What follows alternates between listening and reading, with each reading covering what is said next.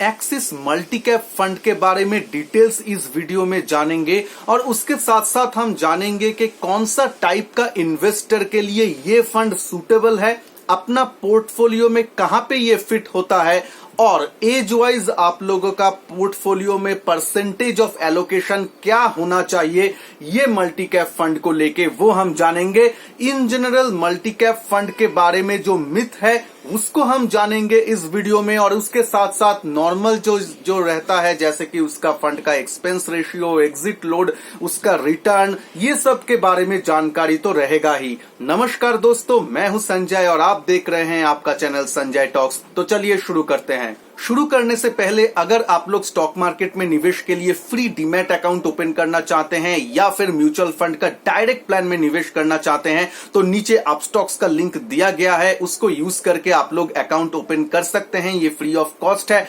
और ये अगर लिंक यूज करके अगर आप ओपन करते हैं तो मेरे टीम आप लोगों के साथ विद इन 10 डेज कॉन्टेक्ट कर लेगा और आपका प्राइवेट ग्रुप का एक्सेस दिया जाएगा जहां पे मेरा खुद का पोर्टफोलियो में शेयर करता हूं, मेरा खुद का स्टॉक मार्केट में ट्रेड उसमें शेयर करता हूं या फिर लाइव मार्केट में जो मेरा ओपिनियन रहता है कुछ स्टॉक्स के बारे में लाइव मार्केट कमेंट्री भी मैं वहां पे अपडेट करता हूं। बहुत सारा एक्स्ट्रा कुछ रहता है वहां पे, आप कंसिडर कर सकते हैं। मल्टी कैप म्यूचुअल फंड एक डाइवर्सिफाइड पोर्टफोलियो को इन जनरल फॉलो करता है, लेकिन इसके मतलब ये नहीं है कि फंड में हमेशा लार्ज कैप, मिड कैप और स्मॉल कैप इक्वली रहना ही चाहिए और चाहिए, ऐसा नहीं है। ये फंड मैनेजर के ऊपर रहता है। कभी कभी वो मल्टी कैप म्यूचुअल फंड ऐसा भी हो सकता है कि वो लोग कभी कभी लार्ज कैप में ज्यादा बेट ले, ऐसा भी हो सकता है पोर्टफोलियो का 80% शायद लार्ज कैप में चला जाए और 20% मिड कैप में आ जाए ओनली। और कभी कभी मार्केट कंडीशन वाइज वो क्या कर सकता है कि अपना 50% मान लीजिए मिड कैप में चला गया और 50% लार्ज कैप में चला गया, तो ये इक्वली डिस्ट्रीब्यूट नहीं रहता है। ये डिपेंड करता है मार्केट कंडीशन के ऊपर, ये डिपेंड करता है फंड मैनेजर तब क्या सोच रहे हैं मार्केट के ऊपर और उस हिसाब से उसके हाथ में फ्रीडम दिया जाता है कि अक्रॉस द मार्केट कैप वो निवेश कर सकता है और उसमें कोई भी उसको रेस्ट्रिक्शन नहीं रहेगा। तो एक्सिस मल्टी कैप फंड भी ऐसा ही है। आप देख सकते हैं axis multi cap fund comparatively new है। इसका जो लॉन्च हुआ था वो 2017 का नवंबर में हुआ था, यानी फिर अभी तक 3 साल भी उसका कम से कम कंप्लीट नहीं हुआ है, लेकिन फंड अच्छा परफॉर्म कर रहा है। और बहुत सारा लोगों का प्रश्न आता है मेरे कमेंट सेक्शन में कि ये फंड के बारे में थोड़ा सा रिव्यू किया जाए, इसलिए मैं आप लोगों के पास ये वीडियो लाया हूं। इसके साथ साथ ये फंड का अगर आप लास्ट डेटा देखेंगे तो ये फंड अभी मार्केट सिचुएशन के चलते लगभग 90 से 95% इसका एलोकेशन है लार्ज कैप के ऊपर और ओनली 5% के आसपास इसका एलोकेशन है मिड और स्मॉल कैप में। तो आप देख सकते हैं ये मल्टी कैप फंड होने के मतलब ये नहीं होता है कि आपको large cap, mid cap, small cap सभी में इक्वली आपका डिस्ट्रीब्यूशन मिलेगा, ऐसा बिल्कुल भी नहीं है। ये मिथ आप दिमाग से हटा दीजिए। अमूमन ये होता है लेकिन ये 100% सही नहीं है। ये फंड मैनेजर के ऊपर होता है मल्टी कैप फंड में कि वो इकोनॉमी सिचुएशन वाइज डिसीजन ले सकता है कि उसको कितना प्रतिशत एलोकेशन लार्ज कैप में रखना है, कितना प्रतिशत मिड कैप और स्मॉल कैप में रखना है। इसका अगर आप एक ईयर का रिटर्न देख लेंगे तो वो है 5.85%। देखिए इसका जो 3 साल या 7 साल उतना रिटर्न का डेटा तो अभी अवेलेबल नहीं है, फंड जैसे कि बहुत नया है। तो आप देख सकते हैं एक साल में 5.85 उसका रिटर्न है और मल्टी कैप का जो कैटेगरी का रिटर्न है वो भी 5% के आसपास है। तो हम इन जनरल एक साल का रिटर्न देख के तो फंड को चूज नहीं करते हैं या फिर फंड अच्छा है या फिर बुरा है उसके लिए कंप्लीट डिसीजन नहीं ले सकते हैं, कुछ लिमिटेशन है डेटा में। लेकिन आप लोगों को एक भरोसा देता है क्योंकि इसका जो फंड मैनेजर है वो है श्रेयस धवलकर, जिसके अंडर में एक्सिस ब्लू चिप फंड भी है। तो उसका जो फंड का परफॉर्मेंस है वो देख के हम ये बोल सकते हैं शायद मल्टी कैप भी अच्छा परफॉर्म करेगा। तो आप लोगों को क्या करना है, निवेश करना है कि नहीं, क्या विषय में ध्यान देना है, वो आगे जाके मैं वीडियो में बताऊंगा। आप लोग जरा बने रहे। इसका एग्जिट लोड है, अगर 1 साल से पहले आप अपना निवेश का 10% से ज्यादा रिडीम करते हैं तो आपको 1% के आसपास आपको देना पड़ेगा एग्जिट लोड, और इसका एक्सपेंस रेशियो है 0.48%। और आगे जाके इसका एयूएम साइज में मैं बताने वाला हूं। देखिए, एयूएम साइज के बारे में मैं पिछले वीडियो में भी आप लोगों को बताया हूं कि सिर्फ और सिर्फ एयूएम साइज या फंड हाउस का साइज देख के आपको डिसीजन नहीं लेना है कि फंड में हम रहे या ना रहे।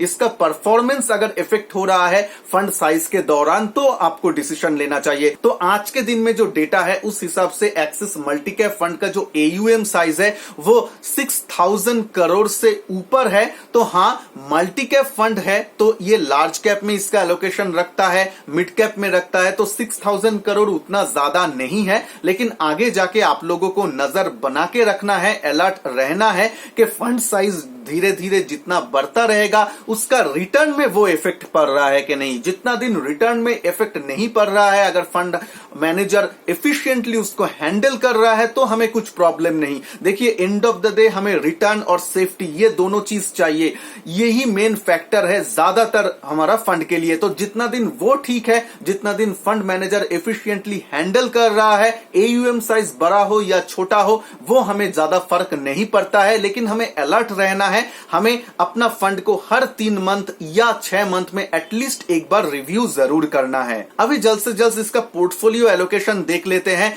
उससे पहले अगर अभी भी आप लोग हमारा न्यूज़लेटर को ज्वाइन नहीं किया है, न्यूज़लेटर को सब्सक्राइब नहीं किया है, तो जल्द से जल्द ये वेबसाइट में आप विजिट कीजिए। वहां पे न्यूज़लेटर के बारे में पूरी जानकारी दिया गया है, आप लोग वहां से सब्सक्राइब कर सकते हैं, जहां पे स्टॉक मार्केट रिलेटेड, अपना पिक्स रिलेटेड और अपना म्यूचुअल फंड के बारे में बहुत सारा जानकारी दिया जाता है। देखिए, पोर्टफोलियो में पहले ही बता चुका हूं, ये जो फंड है अभी इकोनॉमिक ये सिचुएशन के चलते लार्ज कैप के ऊपर ये लोग ज्यादा ध्यान दे रहे हैं। तो आप देखेंगे लार्ज कैप में दिग्गज स्टॉक्स ये लेके बैठा है, जैसे कि Infosys, HDFC bank, ICICI bank, Reliance, TCS, ये सब अच्छा भारत का जो फ्रंट लाइन स्टॉक्स है इसमें इसका निवेश है, जो ये फंड को स्टेबिलिटी प्रदान करता है। तो आगे आने वाले दिनों में भी हमें देखना रहेगा कि फंड का जो मिड कैप एलोकेशन रहेगा उसको वो कैसे बढ़ाता है, उसको वो कैसे हैंडल करता है, ये एक चैलेंज रहेगा। हालांकि एक्सिस फंड हाउस का मिड कैप फंड भी है, वो भी अच्छा परफॉर्म कर रहा है। ये फंड निफ्टी 500 को अपना बेंचमार्क मान के चलता है।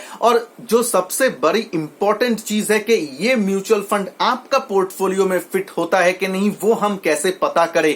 तो देखिए, इसके बारे में जो डिसीजन है वो at the end of the day आपको ही लेना पड़ेगा। लेकिन मैं कुछ पॉइंट्स बता देता हूं जो आपको ये डिसीजन लेने में हेल्प करेगा। वो क्या है, आप जब एक पोर्टफोलियो बनाते हैं और उसमें मल्टीकैप फंड को शामिल करेंगे कि नहीं, इसके लिए अगर डिसीजन आप लेना चाहते हैं तो इसमें 2 चीज है। एक है, अगर आप एक्सिस मल्टीकैप फंड को इंक्लूड करेंगे नहीं, उसके बारे में सोच रहे हैं, तो देखिए axis blue chip fund, axis mid cap fund और ये एक्सिस मल्टीकैप फंड, आज का दिन में इसका फंड मैनेजर सेम है, श्रेयस धवलकर। तो सेम फंड मैनेजर है तो पोर्टफोलियो में स्टॉक्स में ओवरलैप तो रहेगा ही। तो आपको क्या करना है, अगर आप एकदम नए निवेशक है, कोई भी fund axis mutual fund house से आपने नहीं लिया है इक्विटी म्यूचुअल फंड, और आप चाहते हैं कि ब्लू चिप ले ले या फिर मल्टी कैप ले ले या फिर मिड कैप ले ले, और आप सोच रहे हैं कि नहीं मुझे मिड कैप भी लेना है, लार्ज कैप भी लेना है, तो उस टाइम आप क्या कर सकते हैं, दोनों फंड लेने के बजाय आप सिर्फ एक multi cap fund axis fund house का ले सकते हैं। आपका जो फंड मैनेजर है वो भी सेम मिलेगा, और आपको एक लार्ज कैप और एक मिड कैप अलग अलग लेने से अच्छा है कि एक आप मल्टी कैप फंड ले ले, जबकि उसमें फंड हाउस और आपका जो फंड मैनेजर सेम है। तो ये आप डिसाइड कर सकते हैं, बट ये पर्सनल चॉइस है। ये मैं कुछ पॉइंट्स आप लोगों को बता रहा हूं जिसके ऊपर फाइनल डिसीजन आप ले सकते हैं। उसके बाद देखिए, मल्टी कैप फंड कौन लोगों को लेना, देखिए अगर आपका विजन लॉन्ग टर्म के लिए है तो ही आप इक्विटी म्यूचुअल फंड में आइए, ये तो क्लियर है। लेकिन उसमें भी अगर आप मल्टी कैप में जाना चाहते हैं तो थोड़ा सा विजन आपको लॉन्ग रहना चाहिए, क्योंकि ये लार्ज कैप से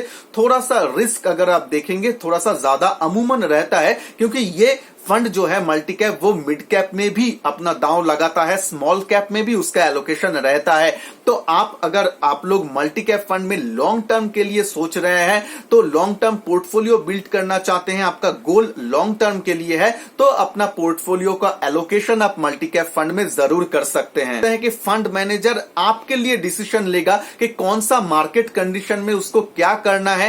फंड मैनेजर अगर एफिशिएंट रहेगा तो वो ही खुद से डिसीजन लेगा कि उसको लार्ज कैप में अभी जाना ज्यादा चाहिए या फिर मिड कैप या मल्टी कैप में। तो एक डाइवर्सिफाइड इक्विटी का पोर्टफोलियो अगर आप चाहते हैं तो मल्टी कैप कैटेगरी में फंड आप जरूर ट्राई कीजिए। हालांकि मेरे इस चैनल में बेस्ट मल्टी कैप फंड के ऊपर वीडियो है जहां पे मैं 3 बेस्ट मल्टी कैप फंड 2020 के बारे में डिस्कस किया हूं, वो वीडियो को आप जरूर देख सकते हैं।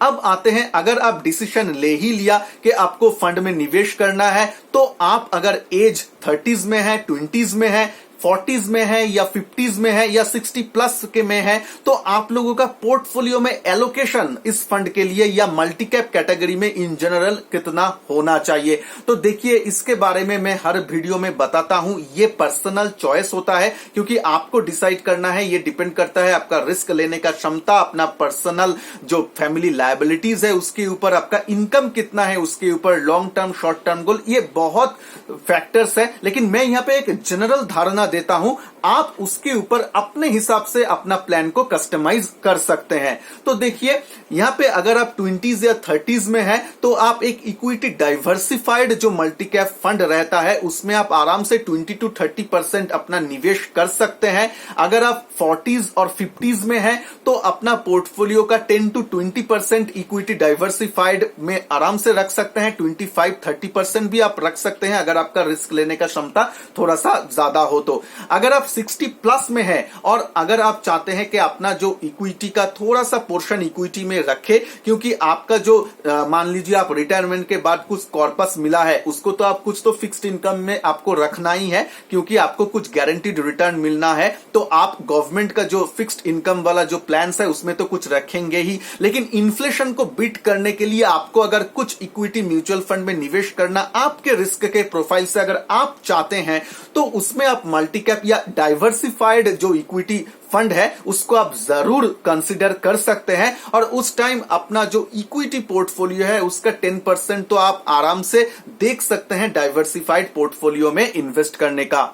और ऐसे ही आप equity mutual fund direct plan में अगर निवेश करना चाहते हैं, तो नीचे आप स्टॉक्स का लिंक दिया गया है, उस लिंक को क्लिक करके अगर आप अकाउंट ओपन करते हैं तो मेरे टीम के साथ आप जुड़ सकते हैं, मेरे साथ आप जुड़ सकते हैं और बहुत सारा एक्स्ट्रा कुछ वहां पे पार्क्स मिलता है, आप कंसिडर कर सकते हैं। और आप लोग कमेंट बॉक्स में कमेंट कर सकते हैं कि नेक्स्ट आपको कौन सा फंड का रिव्यू चाहिए। देखिए, मैं धीरे धीरे आप लोगों का जितना भी रिक्वेस्ट आता है उसमें जितना फंड का ज्यादा नाम रहता है मैं धीरे धीरे वो लेता हूं। हालांकि देखिए, म्यूचुअल फंड में बहुत सारा म्यूचुअल फंड बाजार में है, मैं अगर सभी का हर दिन में रिव्यू करने बैठूंगा शायद मुझे 1 साल 2 साल लग जाएगा, ये तो संभव नहीं है। लेकिन जितना ज्यादा रिक्वेस्ट एक फंड के बारे में ज्यादा आएगा, मैं उस फंड को जरूर कंसीडर करूंगा। तो ये जो रिव्यू होने वाला है ये आपका व्यूअर्स चॉइस के ऊपर है। जितने लोग एक फंड के ऊपर अगर ज्यादा रिक्वेस्ट आता है तो वो मैं वीडियो को या वो फंड को मैं पहले लूंगा अपना डेडिकेटेड वीडियो बनाने के लिए। तो आप लोग कमेंट बॉक्स में जरूर कमेंट कीजिए कि नेक्स्ट आपको कौन सा फंड का रिव्यू चाहिए होगा। अगर आप ढूंढ रहे हैं best large cap fund, depth fund, mid cap fund, multi cap fund, तो ये सब वीडियो मेरे चैनल में ऑलरेडी है, लिंक डिस्क्रिप्शन बॉक्स और आई बटन में दिया गया है, आप लोग कंसिडर कर सकते हैं। तो मिलते हैं नेक्स्ट वीडियो में, तब तक के लिए जय हिंद, वंदे मातरम।